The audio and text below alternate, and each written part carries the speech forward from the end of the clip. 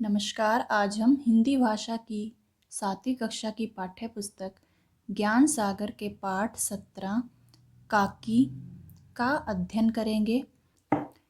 उस दिन बड़े सवेरे श्यामू की नींद खुली तो उसने देखा घर भर में कोहराम मचा हुआ है। कोहराम का अर्थ है हलचल मची हुई है, रोना धोना मचा हुआ है।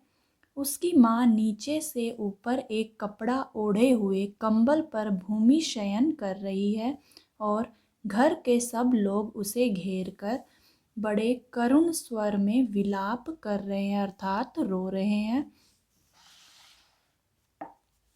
लोग जब उसकी माँ को शमशान ले जाने के लिए उठाने लगे तब श्यामू ने बड़ा उपद्रव मचाया, यानी कि उधम मचाया, उत्पात मचाया। लोगों के हाथ से छूटकर वह माँ के ऊपर जा गिरा। बोला, काकी सो रही है। वह अपनी माता को काकी कह रहा है कि काकी सो रही है, इसे इस तरह उठाकर कहाँ लिए जा रहे हो? मैं इसे न ले जाने दूंगा, कि मैं इन्हें कहीं भी नहीं ले जाने दूंगा। लोगों ने बड़ी कठिनता से उसे हटाया। काकी के अग्नि संस्कार में भी वह न जा सका। एक दासी राम राम करके उसे घर पर ही संभाले रही। यद्यपि बुद्धिमान गुरुजनों ने उसे विश्वास दिलाया कि उसकी काकी उसके मामा के यहाँ गई है, परंतु यह बात उससे छिपी ना रह सकी कि काकी और कहीं नहीं, ऊपर राम के यहाँ गई है। काकी के लिए कई दिन लगातार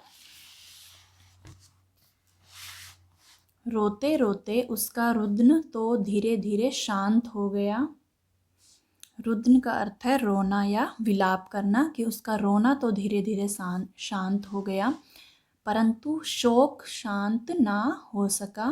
वह प्राय अकेला बैठा बैठा शून्य मन से, बिल्कुल शांत मन से आकाश की ओर ताका करता, यानी देखता रहता। एक दिन उसने ऊपर एक पतंग उड़ती देखी। आकाश में उसने पतंग उड़ते देखी।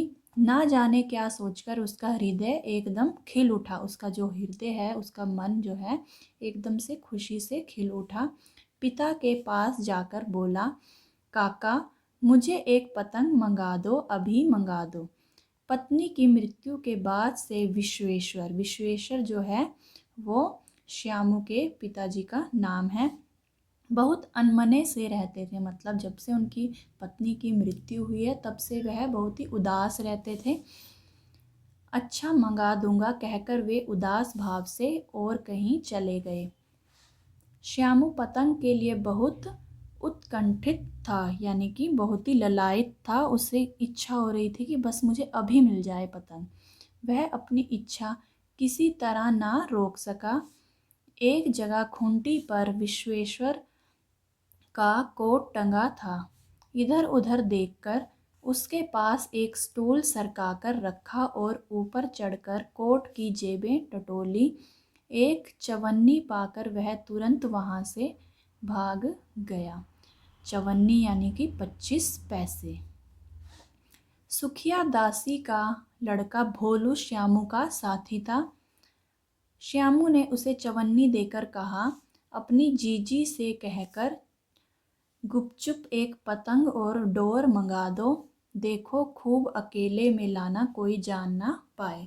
कि उसने श्यामू ने भोलू से कहा कि अपनी जीजी यानी कि अपनी दीदी से एक पतंग और डोर मंगवा दो, लेकिन चुपचाप लेकर आना, किसी को पता नहीं चलना चाहिए। पतंग आई। घर के एक अंधेरे कमरे में उसमें डोर बांधी जाने लगी। ये दृश्य देखिए, इसमें ये है भोलू और ये है श्यामू जो पतंग पर डोर बांध रहे हैं। श्यामू ने धीरे से कहा, भोला किसी से ना कहे तो एक बात कहूँ। भोला ने सिर हिलाकर कहा, नहीं किसी से न कहूँगा।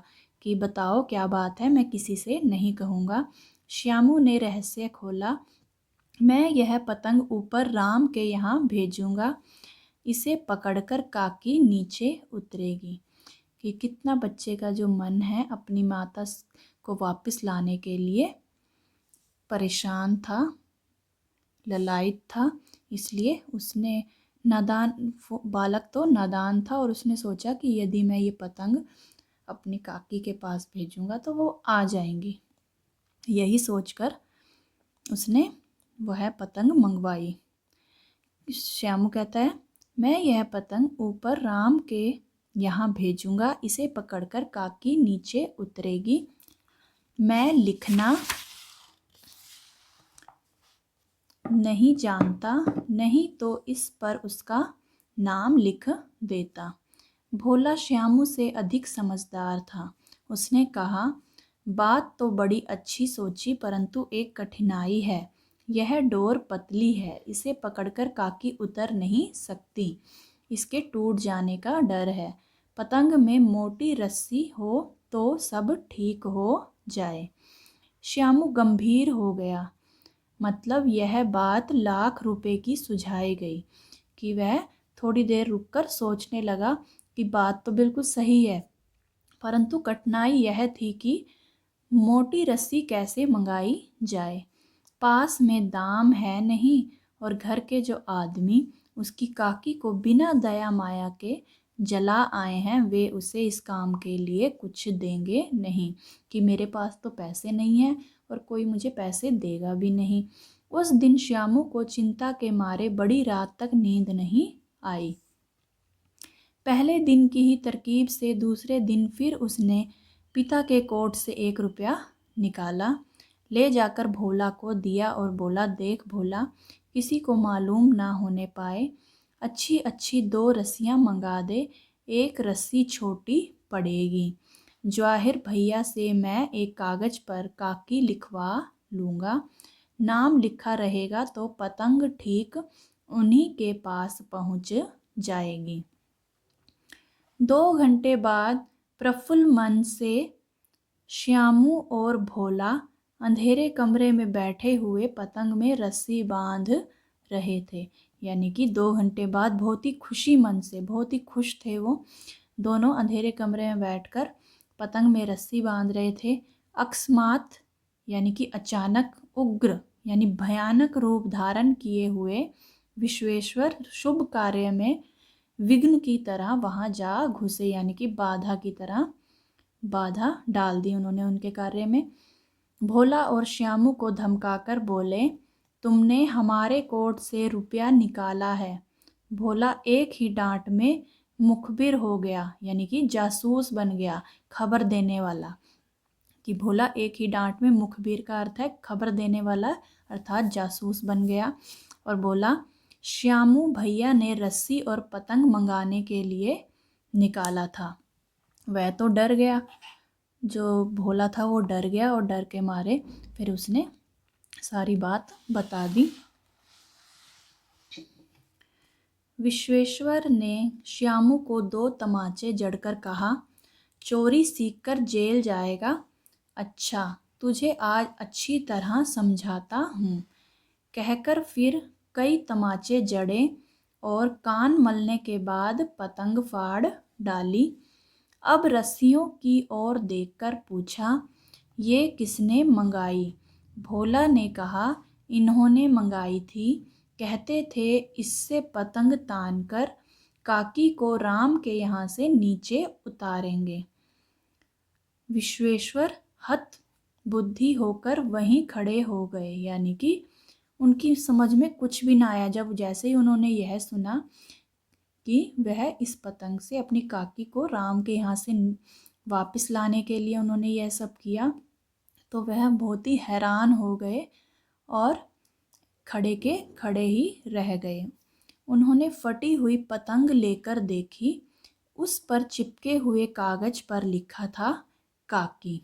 तब उन्हें पूरी बात समझ में आई कि जो ये श्यामू ने जो पैसे चोरी किए हैं वो अपने स्वार्थ के लिए नहीं, बल्कि अपनी काकी को राम के यहाँ से वापस लाने के लिए की थी।